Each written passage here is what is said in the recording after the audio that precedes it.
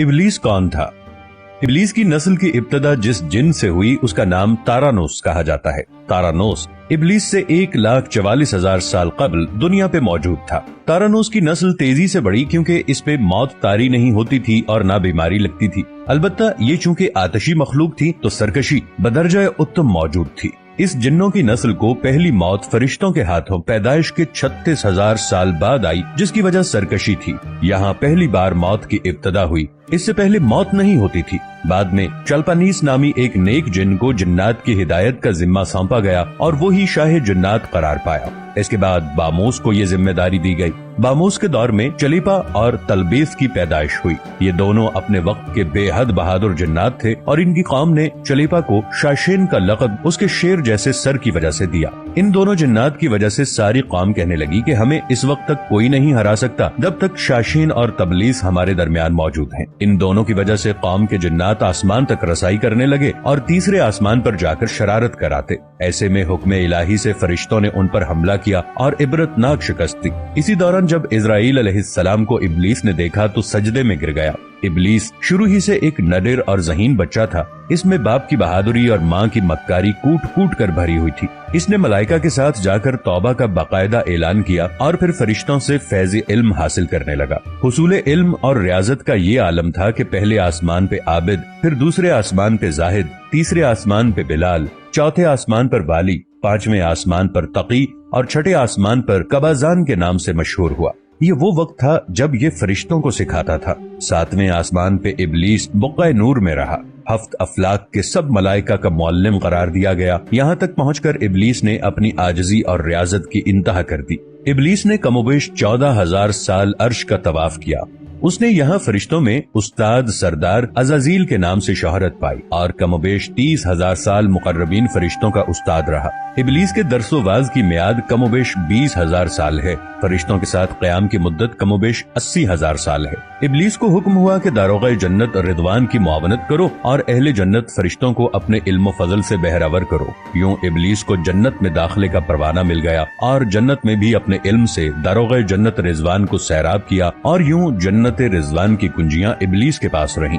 रिवायत के मुताबिक इब्लीस खजानची के फराइज 40,000 साल तक अंजाम देता रहा। यही वो मकाम आला तरीन जन्नत रिजवान ही था जहाँ इब्लीस ने पहली बार बादशाहत के ख्वाब देखना शुरू किए। उस वक्त इब्लीस के पास हफ्त तकलीम, अफलाक, जन्नत और दोज़ख सब का इख्तियार था और उसने चप्पे चप्पे पे सजदे किए थे। मगर यहाँ पे इब्लीस आजिज़ी से पहली बार भटका और खुद को बादशाह बनाने और रब बन जाने के ख्वाब देखना शुरू किए। कई मलाइका के सामने रबूबियत की बात भी की, मगर मलाइका के इनकार के सबब चुप हो गया और यूं निजाम चलता रहा। मगर इस सब से अल्लाह ताला की जात बेखबर न थी। फिर आदम अलैहिस्सलाम की तख्लीक का मरहला आया, जैसे कुरान मजीद में वाक़यात बयान हुए हैं। इब्लीस आदम अलैहिस्सलाम को जुज जुज मरहलावार मुख्तलिफ अक़साम की मिट्टी से तख्लीक होता देखता रहा और चुप रहा। मगर जैसे ही उसे ये मालूम हुआ कि ये आदम अलैहिस्सलाम अल्लाह ताला के नायब हैं तो उसने वावेला किया, इबादत और इताअत का वासिता दिया। फिर तंज किया कि मुझ जितनी इबादत किसने की है और आदम अलैहिस्सलाम को सजदा करने से इनकारी हुआ।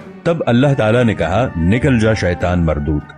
लानती करार पाने के बाद इब्लीस ने अपनी इबादत और रियाजत का रब्बे करीम से एवज मांगा, जिस पर अल्लाह ताला ने इब्लीस को एक वक्त मालूम तक मोहलत फराहम की। इस पे इब्लीस ने औलादे आदम को सिराते मुस्तकीम से भटकाकर अपना पैरोकार बनाने का दावा किया, जिस पर रब्बे करीम ने फरमाया कि जो मुत्तकी और परहेजगार होंगे तू उनको गुमराह नहीं कर पाएगा। इब्लीस के इस लानती काम में उसके 5 साथी हैं। नंबर 1, सब्र। इसके इख्तियार में मुसीबतों का कारोबार है, जिसमें लोग हाय वावेला करते हैं, गरेबान फाड़ते हैं, मुंह पे तमाचे मारते हैं और जाहिलियत के नारे लगाते हैं। नंबर 2, आऊर। ये लोगों को बदी का मुर्तकब करता है और बदी को लोगों पे अच्छा और पसंदीदा करके दिखाता है। नंबर 3, मुसव्वत। ये किज़्ब, झूठ और दुरोग पर मामूर है, जिसे लोग कान लगाकर सुने। ये इंसानों की शक्ल अपनाकर उनसे मिलता है और उन्हें फसाद बर्पा करने की झूठी खबरें सुनाता है। नंबर 4, दासिम। ये आदमी के साथ घर में दाखिल होता है और घर वालों के ऐब दिखाता है और आदमी को घर वालों पे गजबनाक करता है। नंबर 5,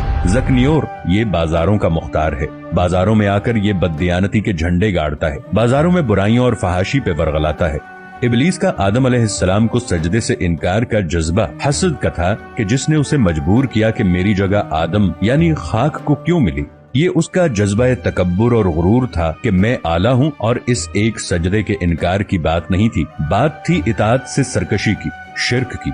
इब्लीस ने दिल में खुद को रब मान लिया था। इसी शिर्क अजीम की बदौलत इब्लीस ता क़यामत रुस्वा और लानती ठहरा और औलाद आदम को भटकाने के लिए आजाद करार पाया। हासिल नतीजा ये ठहरा कि रब्बे करीम को इंसान की इबादत, आजजी, इल्म दानिश से गरज बाद में है। रब्बे करीम सिर्फ देखता है कि दिल में इताअत और फर्माबरदारी कितनी है, और इसी बुनियाद पे तकवा और परहेजगारी के दर्जे करार पाते हैं। अल्लाह से दुआ है कि अल्लाह हमें मुत्तकी बनाए, आमीन। वीडियो अच्छी लगे तो लाइक और शेयर जरूर कीजिएगा। मिलेंगे नई वीडियो के साथ, तब तक के लिए अल्लाह निगहबान।